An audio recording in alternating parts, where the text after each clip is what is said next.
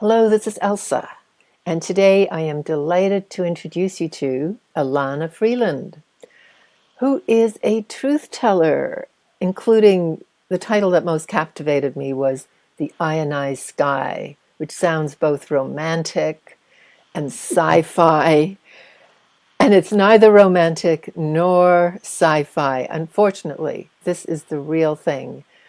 And looking at her books got me interested. Who is this person who has written these books? How did she start out? What was her childhood?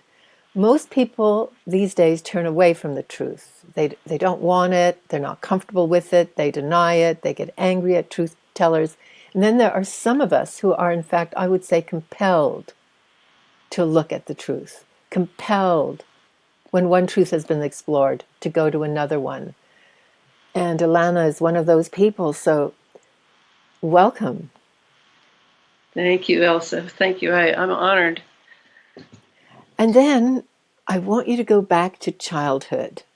What kind of little girl were you? Were you already questioning and exploring? Would that little girl recognize whom you've become?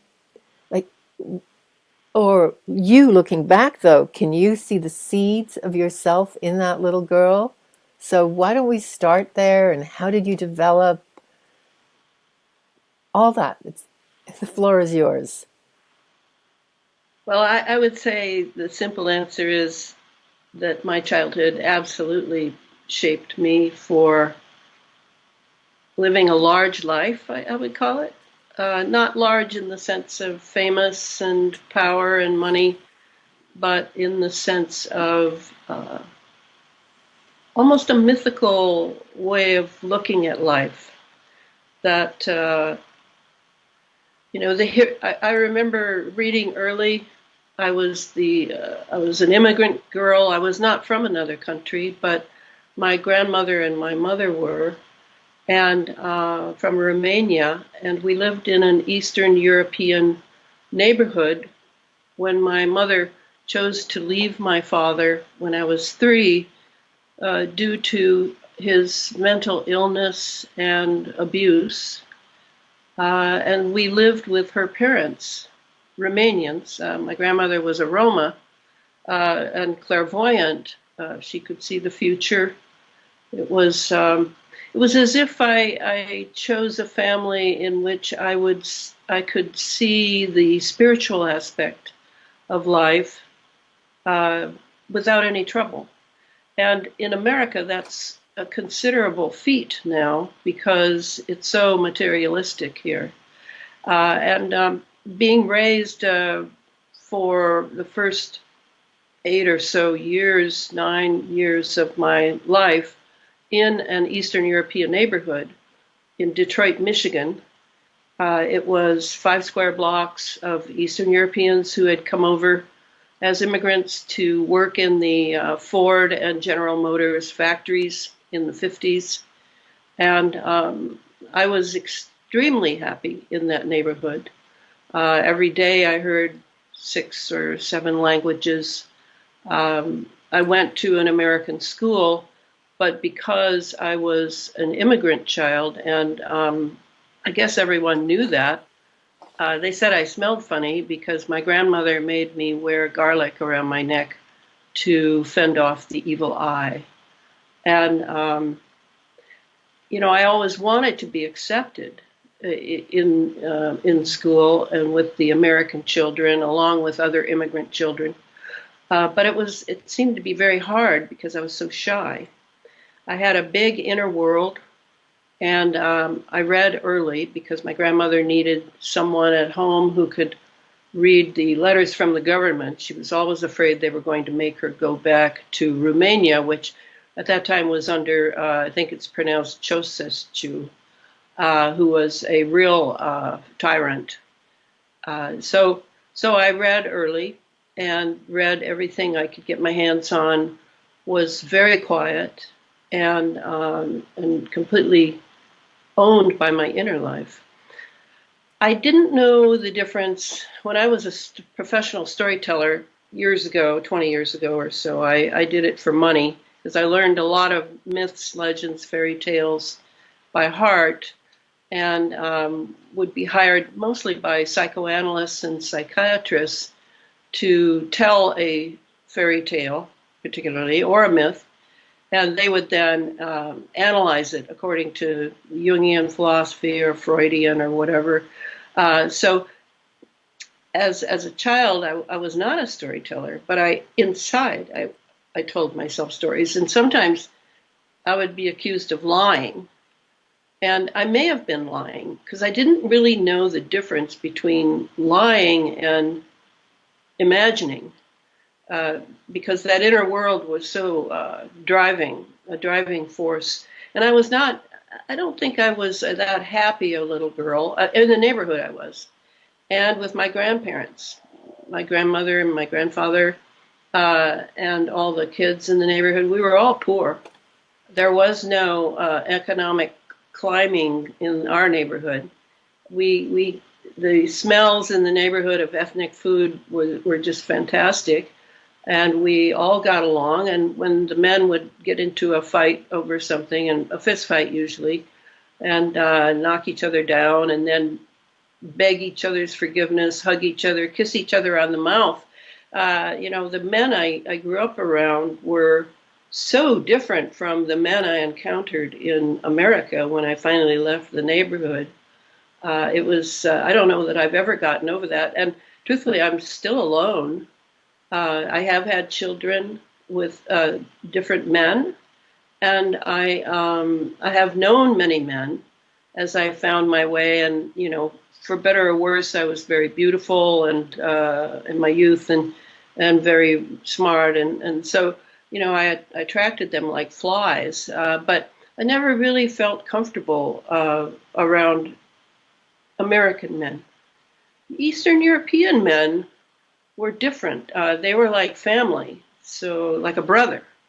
So I think it had a huge impact on me, and being raised without a father. I hardly knew my father, and probably it was just as well because he was not a well man, and I had plenty of trouble with things that he had done to me that I didn't remember, that I had to work on all the way till I was 45, when I finally remembered what had happened and was able to heal myself. Because I sort of, it's like what is that phrase, casting the bread upon the waters. That's sort of what my life was like, is the divorce and the moving from one place to another and going in different schools, all my, my youth.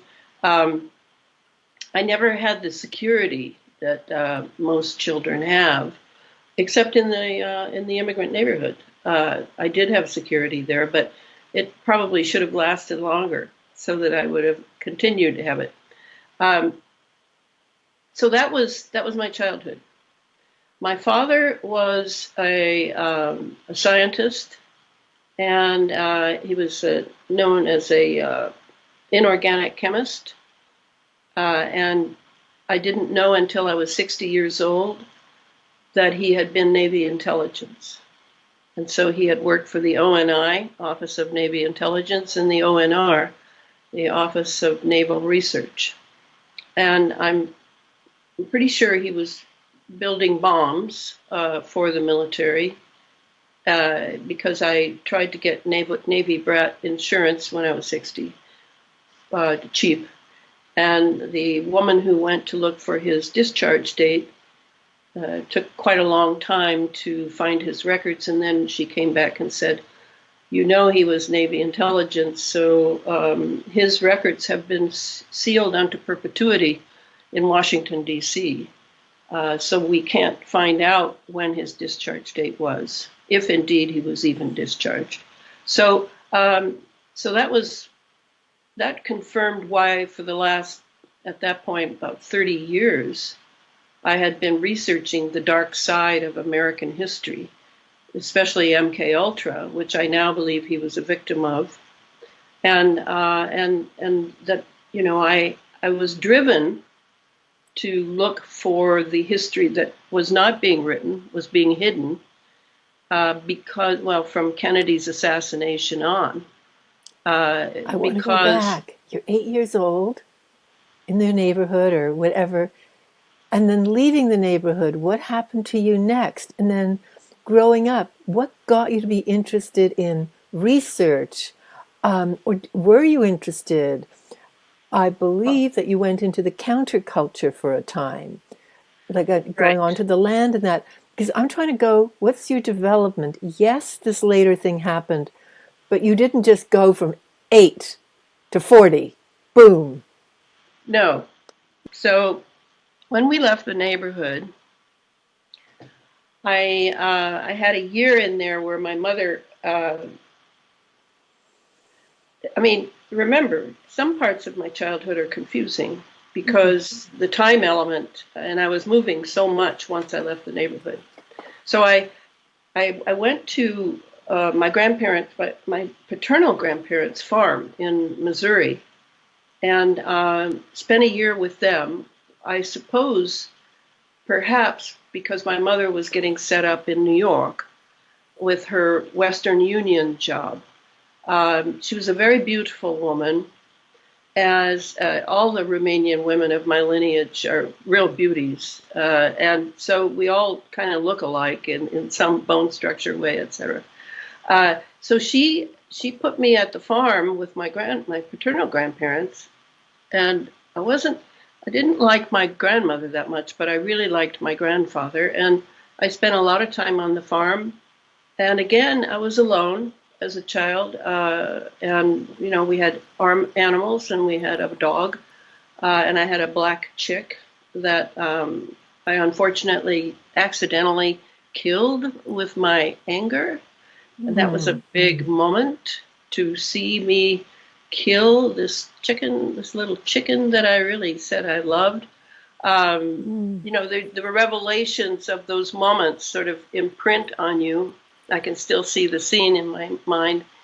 And I did two years of school in 1 year there because it was a country school, and I was doing the work was really very easy for me, and so I skipped from first to third grade, and then I spent a year with my father, who sort of kidnapped me with his new family, his new wife and baby at that point.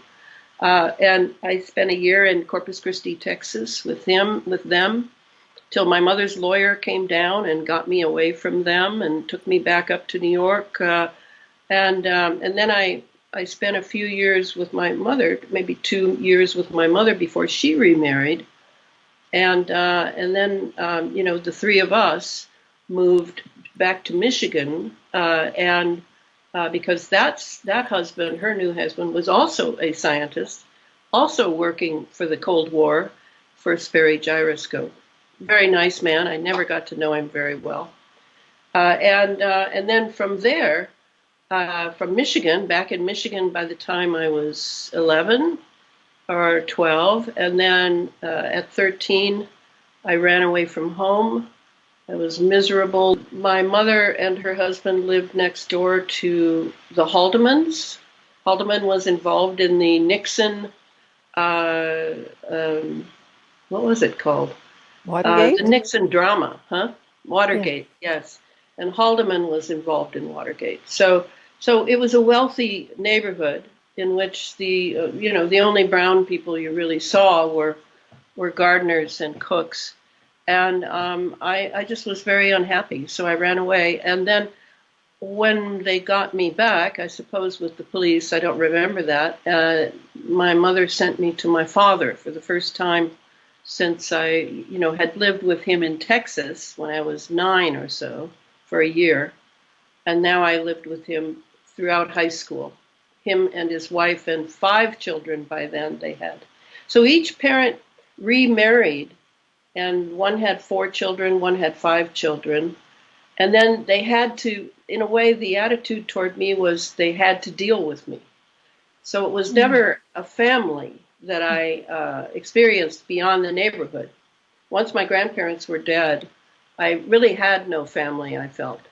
And I think that has definitely contributed to my being what I think Colin Wilson wrote a book called The Outsider. I think I've always been an outsider and a loner. I mean, I when I go places, whether it's a movie or an opera or a restaurant, I always go alone unless someone has invited me. And then I go to meet those people and have a nice time. I consider it a treat because I'm a writer pretty much all the time, and I am alone. And as you know, in writing, you really do need to be alone. So, all right, back to childhood. So, at 13, I moved in with my father and his wife and 5 children in Missouri, and I had the life of as close to being popular, as they say, as you can get. I was a cheerleader. I was student council. I think because I had moved there and I was unusual, that all contributed to my success there. I had popular girls were my friends and popular boys. I had a good sense of humor and was willing to be their fall guy. Was sort of my role. And I had many, many dates, but nothing ever very serious in high school. But I felt like a success. The problem was that, my high school principal had me sitting on his lap and was fondling me a few times a week, calling me in over the PA system because of student council matters or cheerleading matters. So, it was only later that I realized my father and the principal were in the same Freemason lodge in the town, and that I was certain that the principal had been given permission, as had one of my father's friends, to spend time with me, I guess you might call it. So that was a burden. That was a great burden, but he told me not to tell, and I was afraid that they would send me back to my mother, so I didn't say a word. So then when I graduated, my mother came to visit. It's the first time I'd ever seen my parents in the same room in my entire life. And it was really a shock, because I, of course, had 2 separate lives. I had many more than that, but those 2 were separate.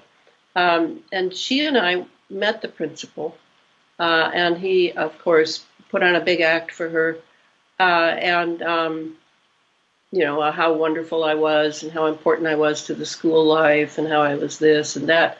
And then when we left, I thought the secret was still intact, but my mother then said to me, "How long has this been going on?" And then I was able to tell her that it had been since I was a sophomore. And then I thought she might do something about it and some justice. But instead she said to me, "Well, get used to it, because that's what being beautiful means." And wow, I never forgot that. That beauty was such a burden in America. So then she and her husband paid for me to go to a Catholic college. We were not Catholic, but I had been baptized Russian Orthodox by my gypsy grandmother, because she thought the Christian God might help me along with all the other gods that she believed in. And I spent a year at that Catholic college in Adrian, Michigan, and I really loved the cloistered feeling. Even though the girls there were pretty much all Catholic girls, raised Catholic, and were, I thought, kind of silly and really didn't take things very seriously, whereas I was pretty serious-minded even then, even that early. I studied a lot. I got all A's, other than when one nun teaching English literature, as I recall, tried to give me a C because I wasn't Catholic. And I took her to the principal and said that I deserved my A, and I showed my papers. And then she left the college at that point. I guess they sent her to another diocese somewhere. So Um, I had some profound female teachers there. Yes, these were Dominican nuns, and Dominicans are the teaching order. And two nuns in particular stand out in my mind. One taught me economics, profoundly brilliant woman, and then the other was a biologist that we would actually get airplanes landing on the big grassy front of the college of professors coming from other universities to talk to her and present the problems they were dealing with. She was absolutely brilliant and a ruthless teacher. Quizzes every day, masses of material to memorize. But I did it because I wanted the knowledge. And I was very grateful to her later when I chose biology as my second major in the other colleges I went to. So at Siena Heights, the other experiences I had were pretty remarkable. I in the future looked back and saw had been remarkable. One was every morning I would get up early to go to the 6:30 mass because the postulates and nuns of the college, there were postulates training there to be nuns, they would sing the mass in Latin. And they had some amazing voices. And I felt it so moving in my divine nature. They, of course, were trying to convince me to be Catholic, the teachers. But most of them just left me alone, let me find my way. And then I was given the task, as I had in high school, because I've always been a writer since I was a little girl, when I was accused of plagiarism when I was 8 years old, because the teacher couldn't believe I had written the short story that I presented. In high school, I wrote an entire play about Mark Twain, who is from Missouri, and it was a sort of choral reading, and then in the college, the Catholic college, I was given the task of writing. I think it's called "The Hounds of Heaven," a poem by a Catholic. And I was given the job of writing parts for different people on the stage. And at the very end, the person who was to play Jesus Christ on the cross didn't show up. And I took her place. And I had a profound experience while I stood there. I didn't have any lines, but there were all sorts of things going on. It was the scene of the crucifixion. And it definitely made me wonder, because I wasn't that much of a romantic, really. I was more intellectual as a child and a youth. Took my reading and my studies very seriously. But this had hit me on a level that was much deeper than my intellect. So anyway, that happened there as well. Then I left after a year, and then began, I guess, real life, because I was back in Michigan and was going to Wayne State University, which is an urban university in downtown seedy Detroit. Not the nice area at all. Very city, but some amazing professors there who obviously either had not been chosen by the elite schools, or they had wanted to teach in a city university for the sake of the people. However it worked, I loved being there, and I had some real life experiences there with poverty. And I don't know if that's why, but I still hold a very soft spot for the poor and the homeless and the disenfranchised to this day. And I think part of it was, yes, being an immigrant kid, you're not always treated very well as an immigrant kid, and immigrants are generally poor, not all, but many are.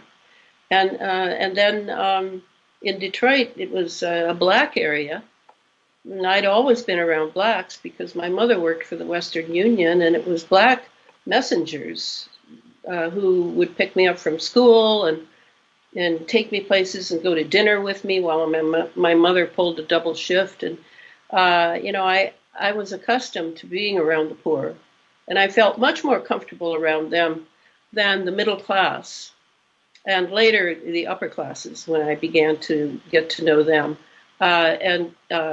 So I think that's where that started. That is still with me. I live right now I sold my house and paid all my children's debts and my own, and now I pay a very small rent in a HUD apartment complex, housing and urban development for the poor and the aging and the disabled, mentally and physically disabled. I always joke that I live in a hospital, but it's very close to the truth. But most of the people here have been raised in poverty, are not very educated. I have nothing really in common with them other than I'm friendly and I have no judgment, and I'm sure they can tell that. And they love it that a writer is living in residence here. They really love that, even though they have no idea what I write, and probably couldn't read much of it. So yes, that at Wayne State University. Then I was attacked by a boy who was, I'd say a boy, he was probably around my age, maybe a couple years younger than I, and he attacked me and probably was going to rape me. And I almost killed him. I ended up being the kind of female that is fight, not flight, and very glad I didn't kill him. But I was the fury in me, and maybe it was psychological because of my father and what he had done to my mother and things. I don't know, but I definitely almost killed this kid. But then he was so embarrassed by it that I think he was going to come back after me, and the police wouldn't give me any protection. So I decided to transfer out, and I transferred to Ann Arbor, University of Michigan, into honors everything, and that was when Martin Luther King was killed then. And that probably, I have to backtrack now for the other part of this story, because I don't know how many people know this now, but for the 60s generation, which was me, born in 1947, anyone born between 1945 and 1952 is considered a 60s generation person. So I was chosen my junior year to represent about 850 girls that I had gone to Girls State with. Girls State is just mock state government, and there's a boys' state as well. And you have to be chosen by adults as having some sort of future. And I don't know. I don't know if it was that I was a cheerleader in student council, or that the principal ran the whole thing and got me chosen. But I would not have been a candidate I would have noticed had I been teaching there, because I was still quite quiet. So anyway, I went to Girls State, and then all those girls voted me to go to Washington, D.C. for Girls Nation. And Bill Clinton, when he was president, he mentioned Boys Nation. He was there that summer. We were there in the Rose Garden with Kennedy, his last summer on the earth. And then when I got back to my home state, I had to go to the civic groups who had paid for my trip to Washington to tell them about my time with Kennedy. I spent more time with Lyndon Baines Johnson that week than with Kennedy, because Johnson was given the job of shepherding my group. And years later, I thought back on that and realized that not only was he a pedophile, but he definitely was had some penchant for me, because he's always singling me out and touching my arm and things, just very creepy. But with John Kennedy, I only spent maybe an hour in the Rose Garden with him. And he did remark at one point how much like his wife I looked. And at that time, I did look a lot like Jacqueline Kennedy. So that had happened. Now I'm in Ann Arbor in honors everything. And then Martin Luther King is hit. And we all, I think there were about 3,500 students. We left class, just stumbled out to the lawn when we heard, and proceeded to smoke a lot of pot and drink a lot of alcohol for the next 3 days, sleeping on the lawn and weeping. I mean, I get choked up even now remembering what a loss it was to take our heroes from us. And then it was just a matter of 2 months. Then it was Robert. It was the Robert Kennedy was killed, and this was a huge blow to us. I mean, they were just getting warmed up. The CIA. Just getting warmed up on what they were going to do to my generation, because we were the largest generation in history. All of us had been still, as I would say, as a Rudolf Steiner person, we had all been in the spiritual world throughout World Wars I and II. And after seeing the bloodbath that the 20th century had been, first half, just millions of us poured in birth in that 7-year period. The birth rate was off the charts of people being born, particularly in America, but I would imagine Canada as well, in the West, in general, in the West. And so I went to all my professors and said, I can't do this now. I can't do college. I've got to go. Could you give me my grade at this point, or what should we do about that? So because I was such an excellent student, they gave me my grades. It was April. I'd been in school since September, so I had finished most of the year, just not the second semester. So anyway, they gave me my grade, and I hit the road, and I started going west, because of course California was what we kept hearing about in the Midwest, and I wanted to see it for myself.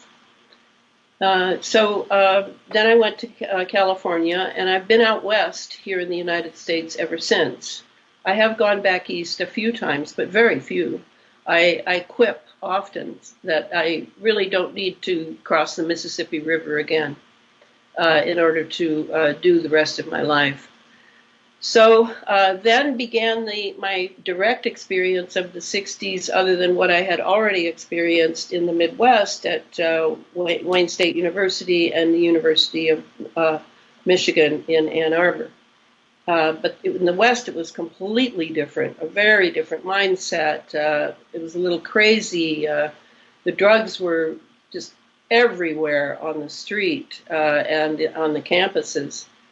The next college I went to was the University of California at Santa Barbara, and I was there again, not very long, just maybe a year, maybe a little less than a year, a few quarters, and then from there, then I continued on. But living in California was really wonderful, and yet always in the backdrop, now that I'm a young adult, was the feeling that I was not functioning on all my cylinders, as you might say. There was something like a ghost of the past, a dark something or other that was constantly around me. I don't know what it was. I mean, I know now what it was. It was the memory of what had been done to me as a small child that I still didn't have. I had repressed it so far inside me because it was, well, as one of the dreams I had about it, it was unspeakable. It was so unspeakable that I could not afford to remember it.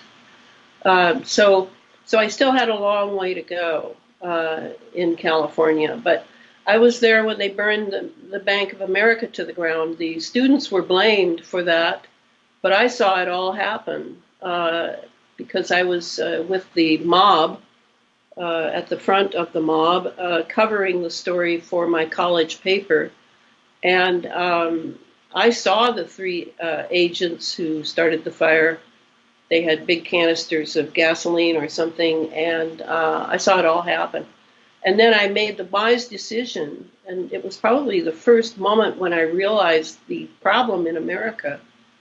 I made the first wise decision not to go to the FBI and tell them what I'd seen, because I had a feeling it would be dangerous to me, because I had a feeling that's who I had seen start the fire. And I think I've been proven right by the many books now that are out. At that time, nothing was allowed to go out that wasn't controlled. I mean, we've had the CIA controlling the American media since the early 70s, late 60s. So that was a huge experience, and sort of set the keynote of my life of not believing what I saw or read, but going deeper into the research in order to see what was really true. Because I made that move of not really trusting. I mean, I'd in a way already done it with my high school principal, but not really trusting people in authority at all. And the pattern that I had of attracting men continued, including my professors who constantly wanted to go to bed with me and all that. I was obviously, the way I saw it later was I was obviously still, my wounds from my childhood were still leaking all over the place. And until I could resolve those wounds, these predatory men would be looking for me. It's amazing I didn't end up gay. But when I was 20 and still going to Wayne State University, I went to the Expo 67 in Montreal. I had a modeling job there. I'd been modeling for several years off and on. Nothing really important, but I had another modeling job at Expo 67, so I went up there with a group of friends and then ended up staying after they left. And I became involved with a marvelous French-Canadian singer, Marie Savard, and I think it was my experimental lesbian relationship, I suppose you'd say. I knew I wasn't gay, but she was such an extraordinary person, and I think she was what's known as bisexual. So she was 10 years older than I, and she introduced me basically to my body, my female body, so that I could see what it really was and what making love could mean if you care about someone and you're not just operating out of lust or passion. So I was with her for a couple of years, off and on. I'd go back and forth between Ann Arbor and Montreal to see her. And finally I had to leave that because she was involved with the Québécois movement, which was, and the women involved in that seemed to all be gay. And I got tired of them hitting on me as well. In other words, that sexual wound passed to me by my father, I really see that now that I know so much about mythology and, all the symbolism of myths, legends, fairy tales, and Carl Jung's analysis of those things, and the Freud, and Bettelheim, Bruno Bettelheim, the Freudian take on those stories. I really see that the sexual wound is sort of it comes up a lot in old literature as the means by which you enter that desire nature, but it really has to do with your divinity, with your divine nature, but it's sort of unredeemed as the sexual wound is sort of a symbol of. Anyway, sidebar, sorry about that. So from California on, I moved to Hawaii at one point, and finished my degree, finally the bachelor's degree. I think it took me 10 years because the 60s were such an education that I considered staying in school very long to not be all that important. But I did get the degree. By then I had a child, not married, and I wanted to support him. So I finished the degree and then moved back to the mainland and got involved over here. And I don't know how much you want me to go into that. I would prefer to go now. You get an idea of the kind of person I was being developing. It's not every detail, but like, who is this woman, ELANA, who has done things with her life that so many people did not, who turned toward instead of turning away from? More and more, I began to see that there was some part of myself that had come to do something truly great. Now, I think a lot of people may feel that. I've never thought of it very seriously, but it was always there for me. From the way my name was, being named after royalty, and my father's name, Freeland, being a really wonderful name for someone like I became. But I could see there was something I didn't remember, and it turned out that was where I saw it particularly was in sexual matters, where I would turn into a 5-year-old, to be exact, in front of men who wanted me in some sexual way. I just couldn't remember what had happened to me back then. So I did the 12-step program. I've never been that deeply into drugs or alcohol or cigarettes, but I definitely felt that somehow I needed to go and find out, and I couldn't trust a therapist because, well, I told you what happened with authority figures. They were all over me sexually. So I went to the 12-step meetings, adult children of alcoholics, and slowly over 3 years, 2 meetings a week, I was very disciplined in going. I was able to finally remember what had happened to me around 5 years old, through 3 dreams. It was very Jungian in how it happened. 3 dreams, 3 nights in a row, and now I understood what had happened to me as a child through my father, and so I was able to confront him. After that, I noticed immediately that the whole pattern with men had shifted, that I was not putting out the lure to predatory men. It ended. It ended by remembering and making it conscious what had happened to me. I was 45 by then. That's how long it took. It took 40 years for me to remember what that little girl went through. So that was a huge moment, as you can well imagine, because now I could get back on track.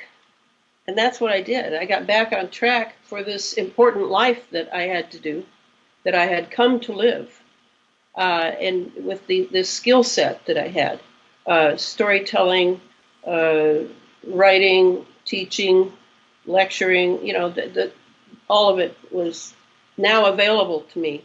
And that's what I've been doing for I'm now 75.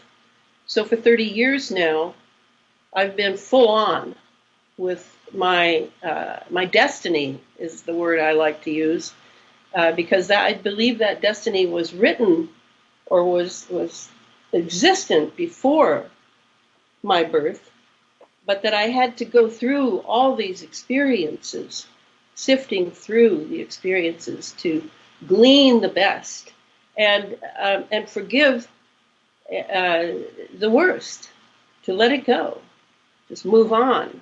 You're back on track, and I definitely feel that. So one of the first things I did when I was back on track was I wrote the Sub Rosa America series, which most people don't even know about.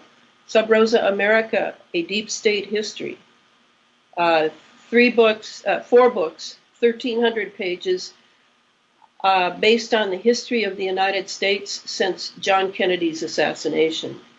And it's in a fictional base because I wanted the room to be able to comment on America in a variety of ways, and I wanted to portray the 60s generation that I knew and loved and experienced, not the sex, drugs, and rock and roll of Newsweek and Time magazine. No, the 60s generation I knew were seekers after the truth, were creative.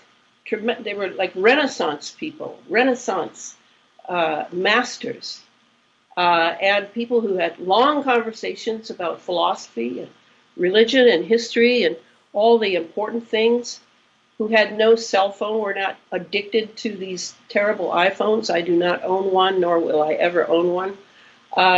We were brothers and sisters, and we definitely knew it.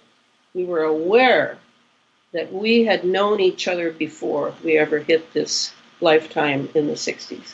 So, I give a sense of that in these 4 books. I think everyone should read them because you get a sense of how alive history is. And I expose the CIA in 6 Ways to Sunday as sort of my vendetta about John Kennedy's murder. That had to be done, and I got them done just as I was hitting the geoengineering thing that was going on over the entire planet. I'm going to take a question here. Give a question, though. Okay, you wrote it. It isn't easy to get published at this time. So how did you do that step from writer to published writer, which is something different?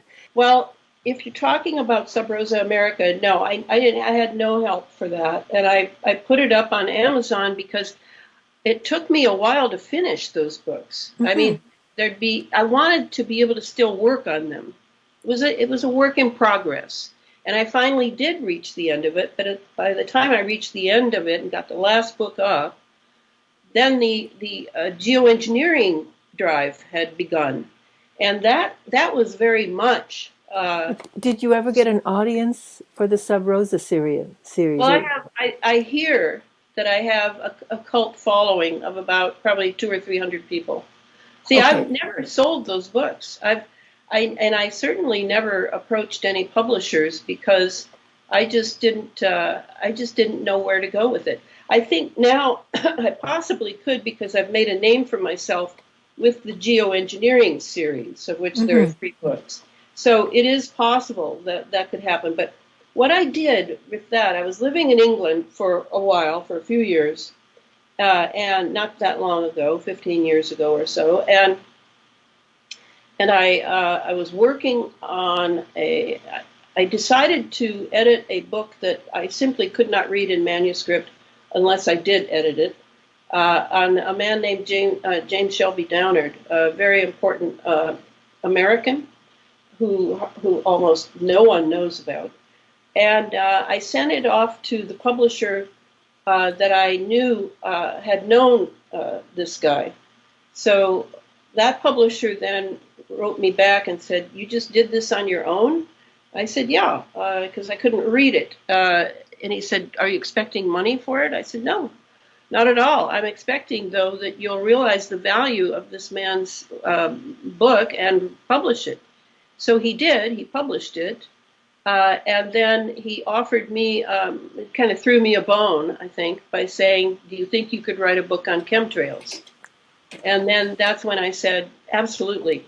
Because I already had a file from doing all the research for Sub Rosa America. I had a file on chemtrails, and I had a file on HAARP, the High Frequency Active Auroral Research Project up in Gakona, Alaska, that was the means by which the CIA, the military, the NASA, NOAA were able to take control of the ionosphere and control of our entire atmosphere and the whole weather system, which, by the way, they have achieved. So So I started writing the first book, Chemtrails, HARP, and the Full Spectrum Dominance of Planet Earth.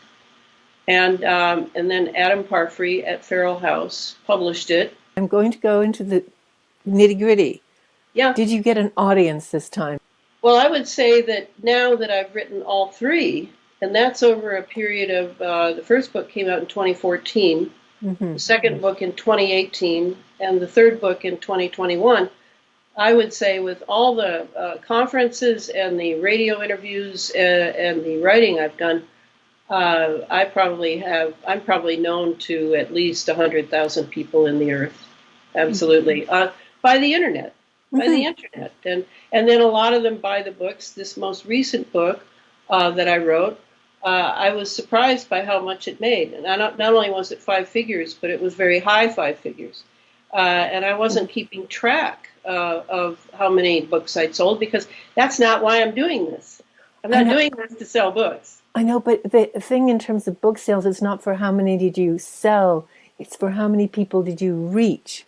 When you said you reached 100,000, your first thing, Sub Rosa, cult following of 200 to 300. They don't even know about Sub Rosa. Yeah, no. Then the second book, when you wrote it and published it in 2014, that still had a very small following, but it didn't stop you.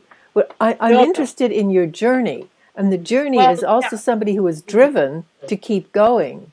And it wasn't that you were counting how many people are reading it. But on the other hand, you did care about publishing. You didn't say, well, I finished that, I'll go put it in the closet and write another one. You did care about getting it out into the world. Well, if you knew how important to know about geoengineering is. I do. Everything we're studying now, all the way to what they're jabbing in people's arms. Yes. It all started with geoengineering, all of it. And so, I wouldn't stop because my mission didn't stop. It's like I have this inner voice. When I left Waldorf, I was a Waldorf teacher and started 4 Waldorf schools for about 16 years of my life. And when I left Waldorf, I was tired. I was burned out, actually. But I still would have kept going until I heard that little voice inside which said to me, "You're done. You can leave now." And I mean, just like it was somebody who was talking to me. It was that clear. And I did. I left.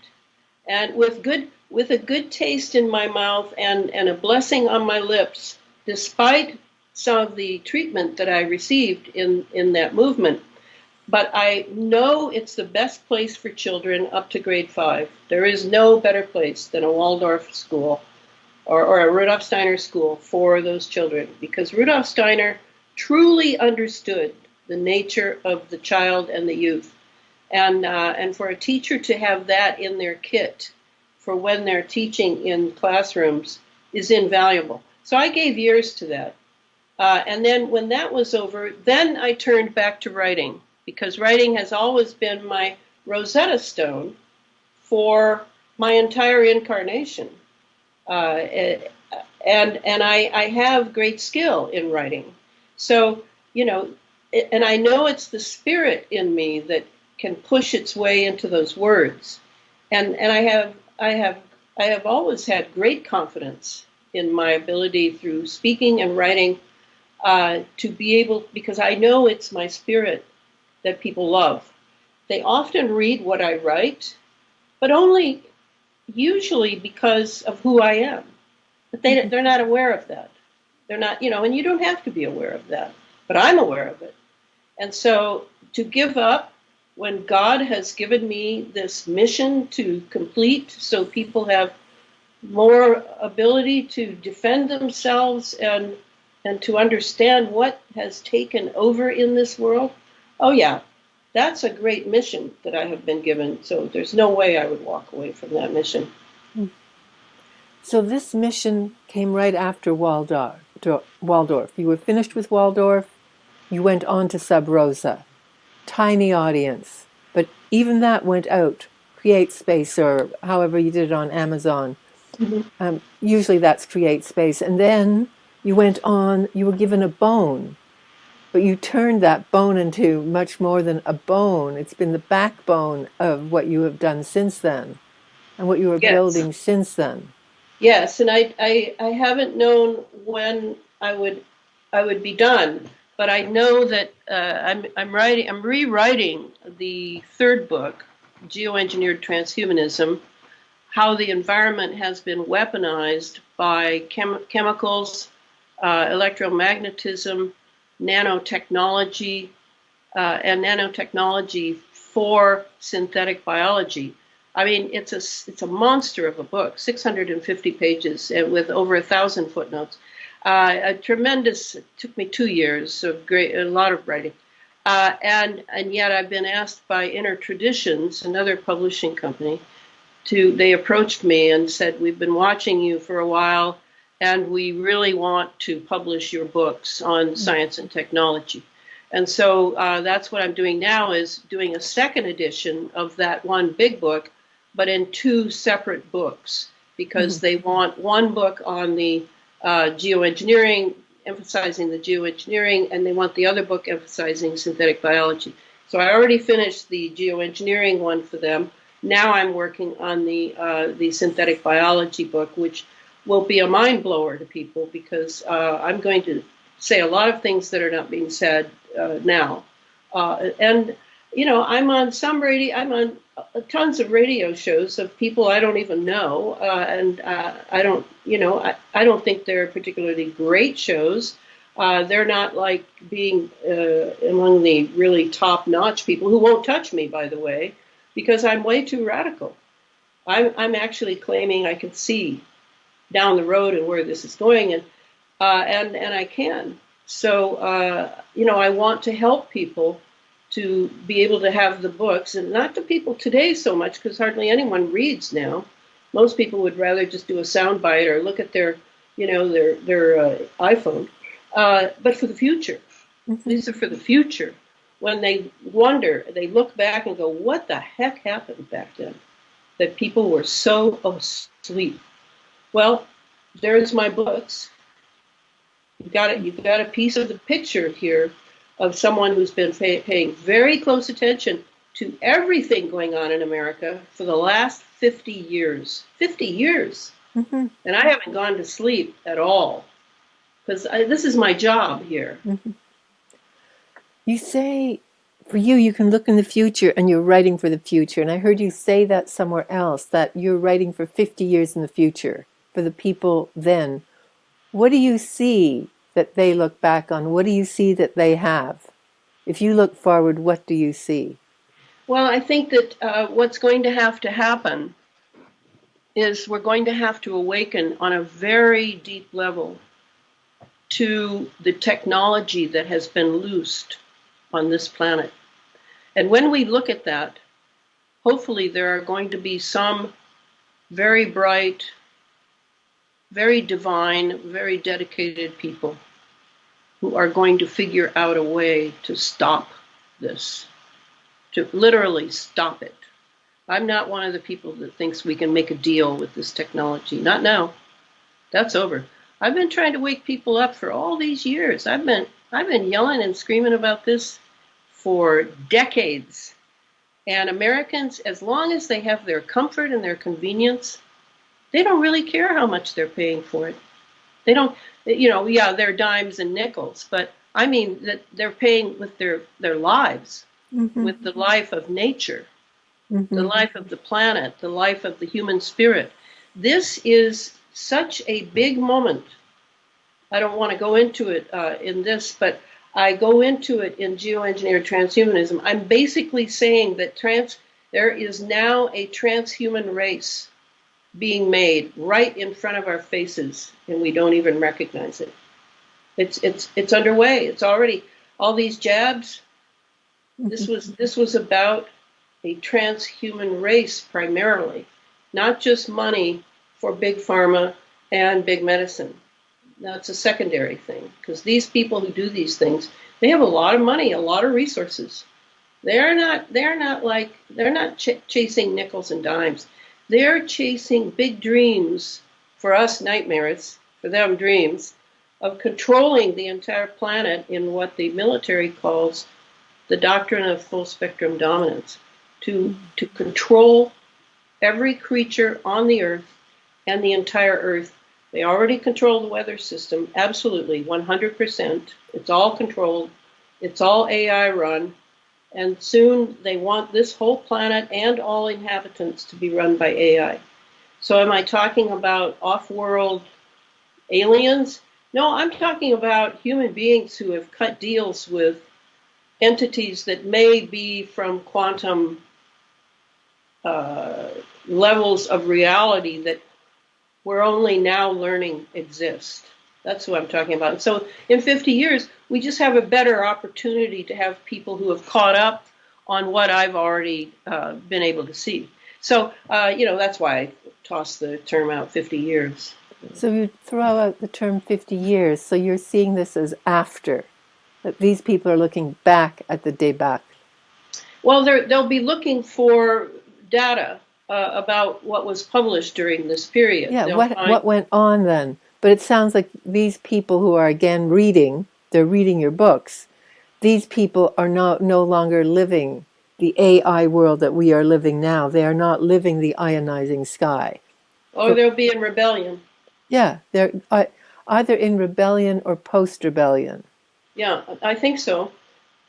But what I hear from you is you don't see a lot about the in-between, or you may see and you're not saying, except that very bright people may figure out how to stop the AI revolution.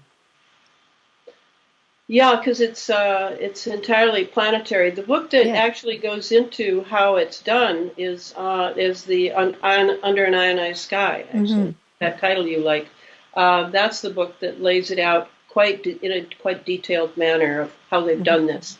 But the entire planet is now full spectrum dominated. Yeah. It's an amazing world we are living in, and it's a world that most people are not in the least bit aware of.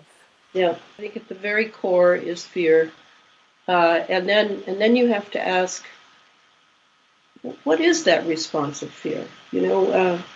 Is it just an emotion, or is there a force in it? Is there a force in it? Some sort of force that has some sort of consciousness of its own?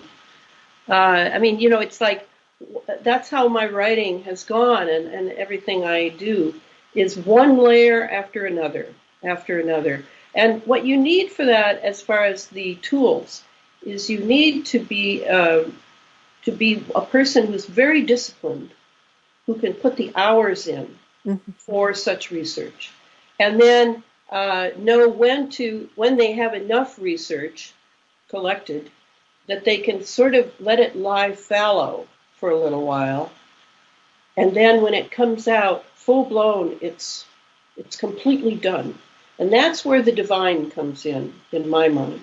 The divine comes in and makes sense out of your toiling in the workshop of collecting as much as you intuit you need to collect, and then being able to then put it in a form that people can. I probably should be a videographer, because everybody's doing video, but video will not last. It will not last. And anything electronic going on the computer, it will not last, folks. I'm telling you. You have got to put it into a Fahrenheit 451 book form and stash those somewhere, because I don't know, have you noticed? The paper is getting harder and harder for publishers to get, and the movement of books is taking weeks and weeks because it's given a low priority. You think that's just accidental? Nothing is accidental. That is completely planned. Yes. The library, I remember in 2005 when the head of the library here in Olympia, when I was still using reference librarians very, very much, the head of the library took me inside her office, shut the door, and said, "Ilana, I'm here to tell you that I was just at a conference for librarians, and they are removing so many books from libraries now, pre-2005. They don't care about them anymore. And the ones that are there, they're probably going to be rewriting. And you, Ilana, I know you would care about that. Yeah. Yeah, I care. Can I stop it? No. No, I can't. The only thing I think about for video is that if people have these Faraday bags, that you can protect your video content, your electronic content. That's peanuts. That will not last. Nor can it last now. It really doesn't do what they say it does. The Faraday cage, since nanotechnology is very dubious now. Because you have a Faraday cage, you think you're safe in there, you think your iPhone is safe in there. Oh, but it's filled with nanotech. And the nanotech is completely remotely controlled. So it can destroy anything. It can. It's a biophage. So then, but then if you have it burned onto a DVD, that is hard. Well, we're talking about the future. No, but I'm just saying, none of these things will last. If you have burned it onto a DVD, that's like having burned it onto a record. Nanotechnology, because it's hard, it's like a book, a DVD, but most people are taught, store it in the cloud. In other words, don't keep it locally, don't keep control.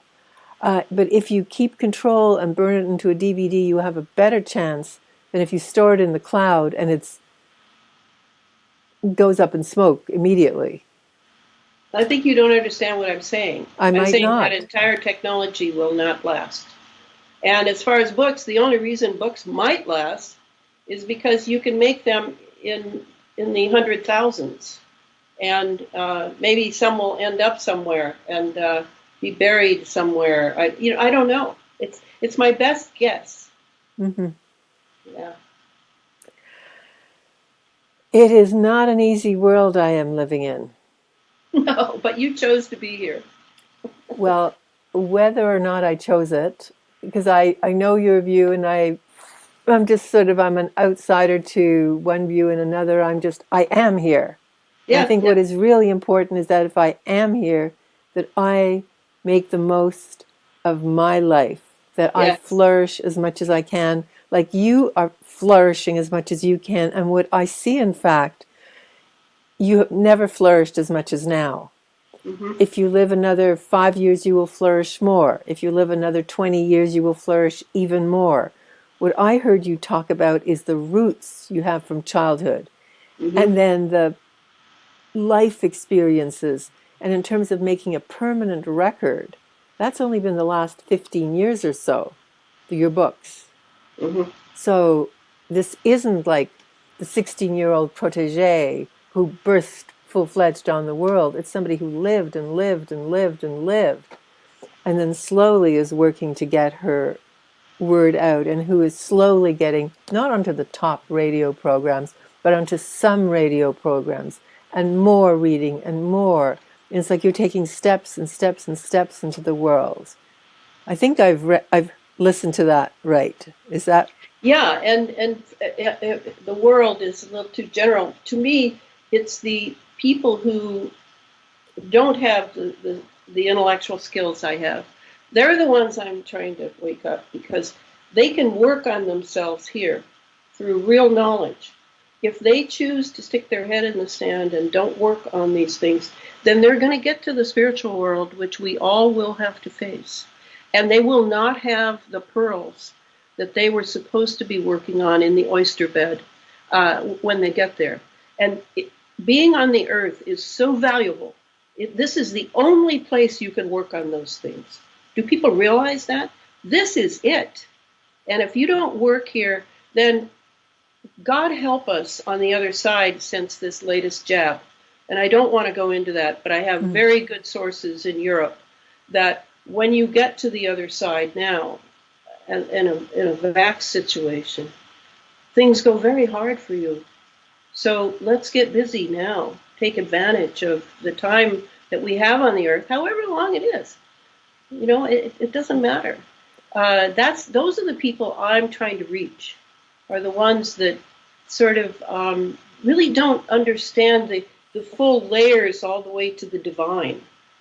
Mm-hmm. There are lots of layers, but the divine is the primary layer that I maintain. The Pfizer, etc., black magicians in big pharma, the cartel that we have had to endure for over 150 years throughout world wars and Vietnam and everything else, that big pharma group of evildoers, they know very well about the divine, and they're attempting to eliminate it. I mean, eliminate it, period. And that cannot be allowed. Yes. I've heard eliminate the divine and also eliminate the capacity of people to connect with the divine, so that Yes. an impact of the injections is less and less capacity to connect with the divine. So, that's right. Rudolf Steiner said that 100 years ago, that there would be physicians who would come with an inoculation that once you took it, you would no longer think of spiritual things. Yeah, it's here. Well, this has not been a light and fluffy interview with you. But then I don't think either of us is a light and fluffy person. I don't think so. But I don't think you get anywhere if you don't look at what is going on and you don't do your best to explore and go further. Well, and there are warriors. There are warriors coming in who don't look like warriors because they don't have the the kit on. They don't look like the soldiers we've been conditioned to believe are really fighting a war. No, I'm a warrior. Yeah. You're looking at a warrior, and I am completely dedicated to this, just as much as any special forces person would be, who is really awake. But the important part is to be awake, even if it costs a price. You want to be awake. You don't want to be woke, as they call it. Very strange how that turned out. But the warriors are all around us. There are thousands and thousands of people similar to me, and I'm in a great brotherhood, and I'm very, very happy about it. I think one of the hard things is finding out how we can each be a warrior, how we can each answer the call. So for me, this Truth Summit is part of my way of answering the call. And it's just recognizing that, as you said, you're not a traditional warrior, but you very much are a warrior. Yeah, no, I'm thrilled that you're doing what you're doing. Thank you for that. Because people need to hear. They need to hear and reconsider how they're living their lives and make good use of them. They're very valuable, very precious. Now, how will you be a warrior to each of them? How will you? What is the call to you? What step can you take? And so very important. So anyway, thank you so much for talking to me. I so much appreciated getting to know you and also giving other people, more people, a chance to know you. Yes, thank you. Thank you so much for having me. Yeah.